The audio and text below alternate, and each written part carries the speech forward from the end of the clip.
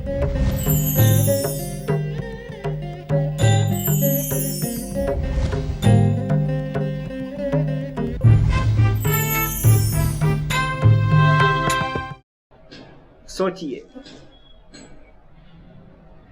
बहुत सारे लोग ऐसे भी कहते हैं कि ये राख बांट रहे हैं। कुछ लोग प्रसाद में राख देते हैं, मैं उस राख का सम्मान करता हूं। वो राख नहीं है, उसको भस्म कहिए। वो प्रसाद है, वो आपके लिए रामबाण दवा है। लेकिन समय के साथ साथ जो पृथ्वी पर स्थिति है, जिसको कुछ लोगों ने पैदा कर दिया है, इस स्थिति से निपटने के लिए चिकित्सक का भी होना बहुत जरूरी है, डॉक्टरों का होना बहुत जरूरी है, अच्छा अस्पताल भी होना चाहिए, मंदिर भी होना चाहिए, अस्पताल भी होना चाहिए, मंदिर भी होना चाहिए। ये मंदिर, ये अस्पताल आपको समय पर काम आते हैं। बहुत सारे जगहों पर मंदिरों में जो दान जमा होते हैं, उस दान से मानव का कल्याण होता है, दुख और आपदाओं में काम आते हैं। बहुत सारे मंदिरों से जब विपदा में सरकार आते हैं तो सरकार को भी उसकी राशि प्राप्त होते हैं। बहुत सारे अस्पतालों में बहुत सारे बीमारी जो नाइलाज होते हैं, उसका भी उपचार हो जाता है। इसलिए डॉक्टर का भी होना जरूरी है, मंदिर का भी होना जरूरी है। सबका अलग अलग महत्व है। हर कोई कल्याणकारी अगर बन जाए तो कहीं कोई गड़बड़ी नहीं होगा, कोई भ्रष्टाचारी कहीं नजर नहीं आएगा। इसलिए देश को बचाइए, संसार को बचाइए, खुद को बचाइए और अपने परिवार के एक एक सदस्य को बचाइए। आप रोग मुक्त होइए, निरोग होइए, आप संस्कारी होइए, आप ऊर्जावान होइए, आपका भविष्य उज्जवल हो, इस दिशा में कार्य करिए। गलत दिशा में मत भटकिए। अब जरा सोचिए, मान लीजिए मैं आपको बता रहा हूं, यहां से आपको जाना है कोलकाता, या यहां से जाना है आपको उज्जैन, या यहां से जाना है देवघर, या यहां से जाना है काशी। तो जाने के लिए आपको सड़क मार्ग भी है, रेल मार्ग भी है, और खेत खेत से पगडंडी भी है। आप रेल मार्ग से भी जा सकते हैं, आप बस से भी जा सकते हैं, आप मोटरसाइकिल से भी जा सकते हैं, आप अपने वाहन से भी जा सकते हैं। अगर आप पैदल जाना चाहें तो आप पैदल भी जा सकते हैं। लेकिन लक्ष्य निर्धारित करिए कि आपको जाना कहां है और उस लक्ष्य की दिशा में प्रयास करिए। लेकिन गलत लक्ष्य मत अपनाइए, अच्छा लक्ष्य बनाइए। वही आपके लिए परम कल्याणकारी है, आपके समाज के लिए अच्छा कार्य परम कल्याणकारी है, आपके परिवार के लिए वही परम कल्याणकारी है, परम फलदायक है। पुराने जमाने में मुझे एक दिन एक बुजुर्ग भाई मिले, मुझे बहुत मानते हैं, राम वृक्ष सहनी नाम है उनका, मैं आपको बता रहा हूं। और एक बुजुर्ग है जो प्रोफेसर विजय नथानी भी है। बहुत सारे बुजुर्ग हैं जो मेरे दोस्त हैं, और एक बुजुर्ग है जिनको मैं महादेव का कहता हूं। आंख से एक कान्हा है, कुछ लोग उनको डेढ़ लाइट भी चिढ़ाता था। बुरा नहीं मानना महादेव का, अगर मेरी बात सुनोगे तो। उनका भी नाम महादेव से मिलता जुलता है, लेकिन उनका कारोबार है आलू और प्याज का। पापी पेट का सवाल है। उनके पुत्र, एक पुत्र का नाम है कृष्णा। एक दिन उनको एक व्यक्ति चिढ़ा रहा था, मैं वहीं पे खड़ा होकर कुछ सुन रहा था, कुछ देख रहा था। मैं भी किसी कार्य से वहां था। मैंने देखा कि मामला बिगड़ रहा है। मैंने पूछा कि ये क्या हुआ। उन्होंने मुझसे कहा कि अब समाज में रहने के लायक नहीं रहा। एक समय था जब बुजुर्गों का सम्मान होता था। हम लोगों के समय में एक दौर चला था जब हम लोग चक्की का आटा खाते थे, जांता का आटा खाते थे। महिलाएं कई कई दिन आटा पीसती थी और कई कई घंटों तक आटा गूंदती थी, और बड़ी अच्छा से लकड़ी पर रोटी पकाती थी जिसको चपाती कहते थे, और वो ज्वार का, मक्का का और शुद्ध गेहूं का रोटी खाते थे। शरीर में बहुत ताकत होता था, बहुत फुर्ती होता था, पैदल ही कोसों कोसों चले जाते थे, शरीर पे बड़े बड़े बोझा उठा लेते थे। आलू का तो 50 किलो छोड़िए 1 कुंटल उठा के चल देते थे। लेकिन अब देखिए ना, 25 किलो उठाने से बच्चा भागता है, 5 किलो नहीं उठा पाता है, कहता है पापा जी, मम्मी जी नहीं आएगा, बाइक लाओ, भाड़े का गाड़ी लाओ। सोचिए, क्या खाते हैं आप, क्या पीते हैं आप? छोटे छोटे बच्चों को ही आजकल मिलावटी सामान खिला दिया जा रहा है। जरा सोचिए उनका ग्रोथ क्या होगा, जरा सोचिए उनके बच्चे को जो शरीर है, बच्चे का जो उनका जो विकास होने वाला जो अंग है वो कितना ताकतवर होगा। सोचिए आप, मिलावटी सामान खिला दिया जा रहा है, तरह तरह का नामकरण करके मिलावटी सामान बाजार में बिक रहे हैं। वो क्या बोलते हैं, अल्टी पल्टी सामान, इधर अल्टी करो उधर पल्टी करो, एक नाम के कई सामान, कई मिक्सिंग मिल रहे हैं और बच्चे उसी को बड़ी चाव से खा रहे हैं और उनके माता पिता बड़ी भाव से खिला रहे हैं। खाए जाओ खाए जाओ खाए जाओ और बीमार बनाए जाओ। क्या होगा जरा सोचिए। इसलिए चेतिए, आप बच्चे को बाल अवस्था से ही मजबूत और ठोस बनाइए। उसके शरीर में जो मजबूत तत्व चाहिए वो खिलाइए, वो पिलाइए। इन मिलावटी के बाजार से दूर हो जाइए। हाँ, अब देखिए कुछ ऐसे होटल भी है, बुरा नहीं मानिएगा मेरी बात, अगर राजकुमार जी सुन रहे होंगे तो आप बुरा नहीं मानिएगा। मैं आपके बारे में नहीं कह रहा हूं, मैं और लोगों के भी बारे में कह रहा हूं। कुछ लोगों के बारे में, कुछ ऐसे लोग हैं जो मिलावटी मिठाई रखते हैं, मिलावटी सामान रखते हैं, 10-10 दिनों 15-15 दिनों का वो मिठाई बेचते हैं जो बीमारी परोसता है। आप क्या खा रहे हो भाई, बीमारी खा रहे हो क्या? अभी देखो ना, पूरे देश में हल्ला है, चारों ओर हल्ला फैल गए। विदेश वाले लोग पैसे के साथ साथ बोनस में कोरोना ले आए हैं, ये महामारी ले आए उठा के। जरा देखिए, भारत का नहीं है। बुरा नहीं मानना भाई विदेश वाले भाई, क्योंकि मैं जानता हूं हमारा ये कथा विदेशों तक भी जाएगा। इसलिए आपसे आग्रह करता हूं, अनुरोध करता हूं, विदेश वाले भाई आप भी संयम रखिए और देश वाले भाई तो संयम रखिए ही।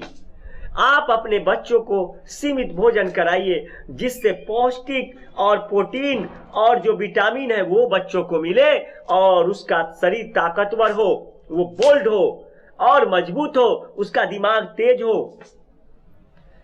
ऐसे सामानों को उसको मत खिलाइए, मत पिलाइए जो उसके शरीर को हानि पहुंचाता हो।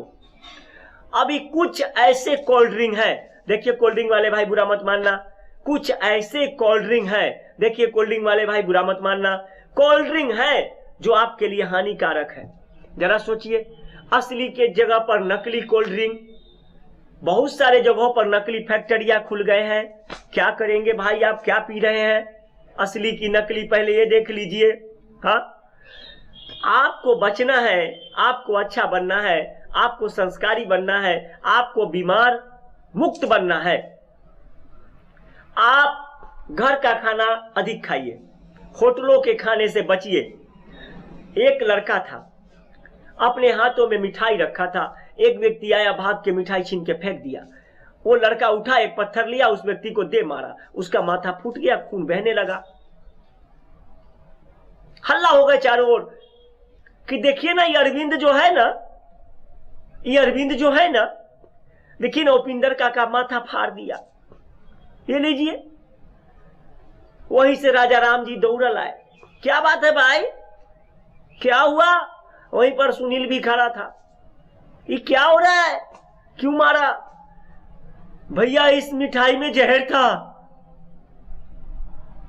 अरे भाई जहर था? हाँ जहर था।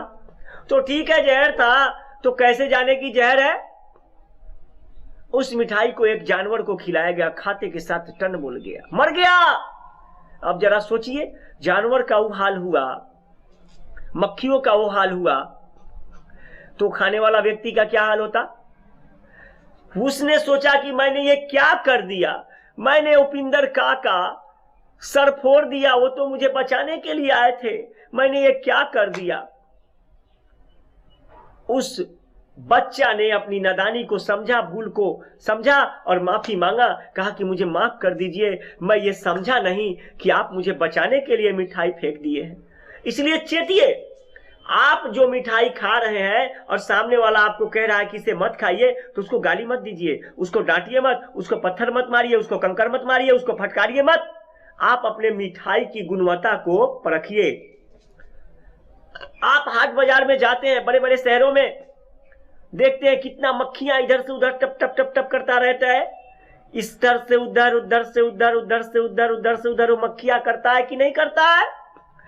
ये मक्खियां गंदा पे भी बैठेंगे, आपके भोजन पर भी बैठेंगे, उन मिठाई पे भी बैठेंगे, उस खाने वाले सामान पे भी बैठेंगे। क्या स्थिति होगा? आप बीमार पड़ेंगे कि नहीं पड़ेंगे? वो मक्खियां बीमारी परोसते हैं, जैसे बहुत सारे मच्छरों से बीमारी फैलते हैं, उसको काटा, उसको काटा, उसको काटा, उसको काटा। इसलिए आप परखिए, सोचिए, समझिए, उसके बाद कुछ भी खाइए, कुछ भी पीजिए। मेरा क्या है, मैं तो सच बता रहा हूं। मानना और ना मानना आप पर निर्भर करता है। मानिएगा तो आपका जीवन सफल होगा, नहीं मानिएगा तो आपका जीवन असफल होगा। मेरा क्या है भाई, मैं तो इस व्यासपीठ पे बैठ के आपको अच्छा रास्ता ही बताऊंगा। मैं ये भेष धारण अपनी कमाई के लिए नहीं किया, मैं ये व्यासपीठ अपने लिए नहीं सजाया। ये जो लोग लगे हैं ना, जो चंदा दिए, जो लोग इसमें मदद कर रहे हैं इस कार्यक्रम के लिए या इस कार्य के लिए, वो लोग बेवकूफ नहीं है, वो लोग ज्ञानी लोग हैं। अब देखिए, उपिंद्र जी समेत बड़े बड़े लोग, कई लोग, बड़े छोटे, गरीब, अमीर, हर वर्ग, हर जाति का लोगों ने इस कार्यक्रम के लिए पूरा पूरा सहयोग किया।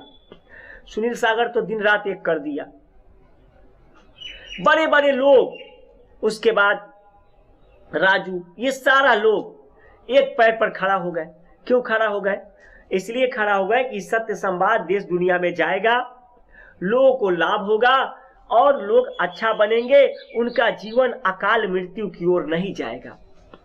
इसलिए अकाल मृत्यु से बचे, अच्छा बने, सात्विक बने, अपने धर्म का, अपने कर्तव्य का पालन करे। यही आपके लिए उपयोगी है, यही समाज के लिए उपयोगी है। अगर आप समाज में गुजर बसर कर रहे हैं, समाज में अगर आप चल रहे हैं, तो सीना तान के कैसे चलेंगे, अच्छा बन के कैसे चलेंगे, ये आपके ऊपर निर्भर करता है। सत्य कभी झुक के नहीं चलता, पाप और अधर्म जो है झुक के चलता है, सत्य सीना ठोक के चलता है। इसलिए एक एक प्रसंग, एक एक बातें, जितने ज्ञानी लोग हैं अगर वो कह गए हैं तो उसमें अवश्य कोई ना कोई गुणवत्ता और रहस्य है। आप चावल पकाते हैं, जरा सोचिए, मैं एक छोटी सी बात बताने जा रहा हूं। आप चावल पकाते हैं और अपने हांडी से एक चावल को देखते हैं और कहते हैं कि चावल पक गया। एक दिन क्या हुआ, बड़ी संजोग से संजय जी ने चावल पकाया, बड़ी मेहनत से पकाया। उनका एक पुत्र है रमन और एक है अंकुश। बड़ी जोर से भूखा था, पूरा भूख लगा था उसको, चिल्ला रहा है, पापा जी खाना लाइए, पापा जी खाना लाइए। लेकिन संजय जी ने देखा कि मैं अभी कैसे दे दूं, चावल तो भाई पका नहीं, अधपका कैसे दूं, सवाल पुत्र का है। पुत्री होती तो थोड़ा सोचते भी, लेकिन बेटा का है। बड़ी प्रेम से पकाए, वो भी सिलेंडर पर, गैस सिलेंडर लाए, चूल्हा जोड़ा। उनकी पत्नी जी कहीं चली गई थी किसी विशेष कार्य से, शायद किसी मंदिर में पूजा करने चली गई थी। लंबा समय का पूजा था, मंदिरों में बहुत देर तक भी पूजा होते हैं। उसके बाद उन्होंने क्या किया, भोजन पकाया, चावल पकाया और अपने पुत्र को दिया। पुत्र ने कहा बहुत अच्छा भोजन पकाया।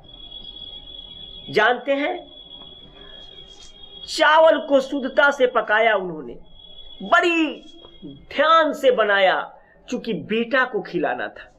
जिस तरह से बाप आपको खिला रहा है ना, उसी तरह से आप भी अपने पिताजी को समय आने पर खिलाना। ये सृष्टि का और विधि का विधान है, यही नियम है। जब आप पेड़ रोपते हैं ना, तो वो आपको छाया दे, ये आप अवश्य सोचते हैं, वो आपको फल दे, आप अवश्य सोचते हैं। आपने अपने पुत्र को बड़ी प्रेम से भात बनाया, भात पकाया, चावल पकाया, उनको खिलाया, दाल पकाया, दाल खिलाया, आंजी भाजी पकाया, उनको खिलाया, पापड़ पापड़ भी खिलाया। लेकिन आपका पुत्र जब बड़ा हो गया और बड़ा होने के बाद आपको छोड़ के चला गया, क्या होगा? सोचिए, ये आपको पीड़ा दे देगा। आप सोचिएगा कि जिस पुत्र को मैंने इतना प्यार से खिलाया, इतना प्यार से उसको लालन पालन किया, आज वो मुझे छोड़ के चला गया। आपको दुख होगा, आपको अफसोस होगा और समाज में दुष्प्रचार फैल जाएंगे। इसलिए मैं आग्रह करता हूं, अनुरोध करता हूं कि ऐसा कोई कार्य कोई भी पुत्र ना करे जिनके माता पिता को कष्ट होता हो, जिनको दुख होता हो और उनको पुत्र पैदा करने में घृणा होने लगे। इसलिए हे बंधुओं, आप अपने माता पिता का सम्मान करें। जितना प्रेम पत्नी को करे, उससे कई गुना प्रेम अपने माता पिता से करें। सबका प्रेम का कोटि और श्रेणी बांटा हुआ है। प्रेम शब्द वही है, लेकिन श्रेणी और कोटि बांटा हुआ है। सबका रिश्ता बटा हुआ है। इसलिए अपने रिश्ते का पालन करें, अपने कर्तव्य का पालन करें, अपने धर्म का पालन करें। वही आपको जीवन को सफल करेगा और सार्थक करेगा। अगर आप समय पर नहीं चेते तो समय आपको चेता देगा। कभी कभी होता क्या है, किसान फसल रोपते हैं, किसान फसल बोते हैं और बड़ा बड़ा ओला पत्थर कूच देता है, किसान माथा पीटने लगते हैं। फसल बोना उनके अधिकार में है, फसल रोपना उनके अधिकार में है, लेकिन ओला रोकना और बारिश रोकना और बरसाना उनके अधिकार में नहीं है। ये परमात्मा के अधिकार में है, ये परम तपस्वी के अधिकार में है, ये परम दैवी ज्ञानी के अधिकार में है। लेकिन उस किसान के अधिकार क्षेत्र में ओला बरसाना, ओला रोकना, बारिश बरसाना और बारिश रोकना नहीं है। ये सिर्फ प्रकृति कर सकती है, प्राकृत पुरुष शिव कर सकते हैं, भगवान कर सकते हैं, या कोई दैविक कर सकता है। इसलिए आपके जो अधिकार क्षेत्र में जो कर्म है वही आप करें, जिसके अधिकार क्षेत्र में जो कर्म है वो करे, अपने अधिकार क्षेत्र से अधिक ना जाए। कुछ ऐसे बड़े नेता लोग भी हैं इस समाज में जिनके संबंधी लोग, कुछ लोगों के संबंधी लोग सीना तान देते हैं। आपके सीना तानने से नियम नहीं बदल जाएगा, भगवान अपना नियम नहीं बदल देंगे। आपके गाली गलौज करने से, आपके निंदा करने से, आपकी आलोचना करने से भगवान का विधान नहीं बदल जाएगा। भगवान के लिए आपको अपना विधान भगवान के बनाए गए विधान के अनुसार करना पड़ेगा। तभी जाके आप अच्छा बनेंगे। भगवान अपने नियम को नहीं बदलेंगे आपके कारण, आपको भगवान के नियम के अनुसार जीना पड़ेगा। वेद का नियम नहीं बदलेगा, पुराण का नियम नहीं बदलेगा, वो वैसा ही रहेगा। जो लिख दिया वेद मुनि व्यास जी ने, भगवान ने जो रचवा दिया, वो नहीं बदलेंगे। आपको उसके अनुसार चलना होगा।